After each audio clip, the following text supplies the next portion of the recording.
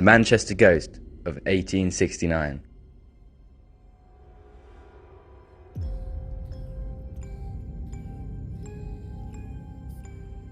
In May and June 1869, some strange goings-on occurred at the Feathers Hotel situated in London Road in the middle of central Manchester.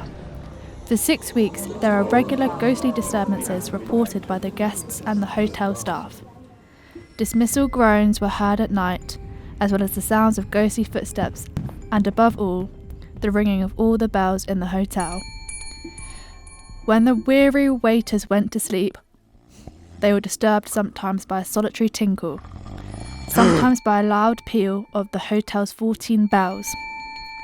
After a few weeks of this torment, ghost hysteria broke out. The hotel staff became convinced the place was haunted, and some of them were reduced to nervous wrecks, losing much sleep waiting for the next ghostly tinkle. Some nights they kept a strict watch for many hours, without any spooky sounds or other manifestations of the ghosts. But as soon as the tired waiters, potboys and kitchen maids went to bed, the bells started to ring again. At first, the landlord of the Feathers dismissed the idea of his hotel being haunted, but after the ghost hysteria had spread like wildfire among all members of his staff, he called in a reputable firm of bell hangers. They rearranged the fires and muffled the bells, assuring the landlord that the problem was solved, and after a while it seemed as if the Manchester ghost had been laid. For 6 nights after the repairs, the tired, nervous domestics enjoyed the uncommon luxury of full nights of sleep. But the mischievous spectre was soon up to its old fun again.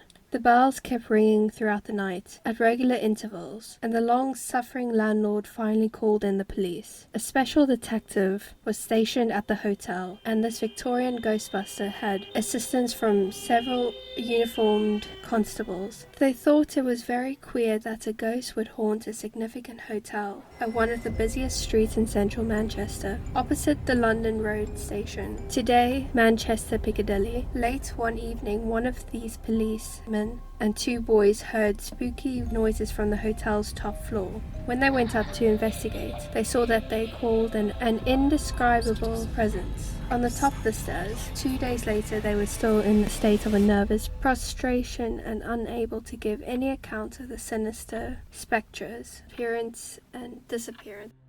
The ringing of the bells went on for several more weeks, testing the already severely jarred nerves of the Feathers domestics.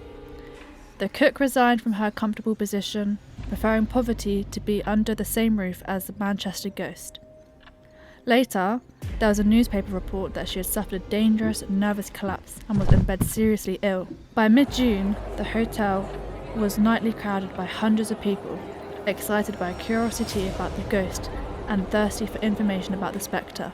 They were also thirsty for beer, wine and spirits, to the great profit of the landlord, who was said to have welcomed his singular guest and hoped that the ghost was in for an extended stay at his hotel. Hundreds of people also thronged the streets and lanes outside the hotel, anxious to hear the latest news, see the ghost, or hear the bells ring.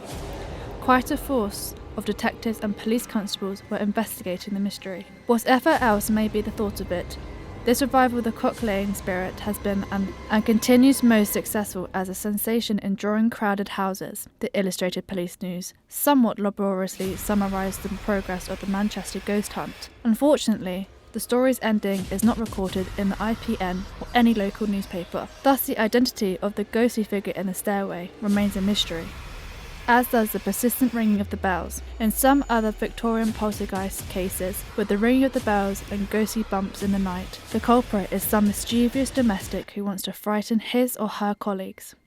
Perhaps, in this case, the landlord, or some accomplice, might also be amongst the suspects, since he was the only person making a profit from the ghost story. The Feathers Hotel was a relatively old building, operating the same name since 1850.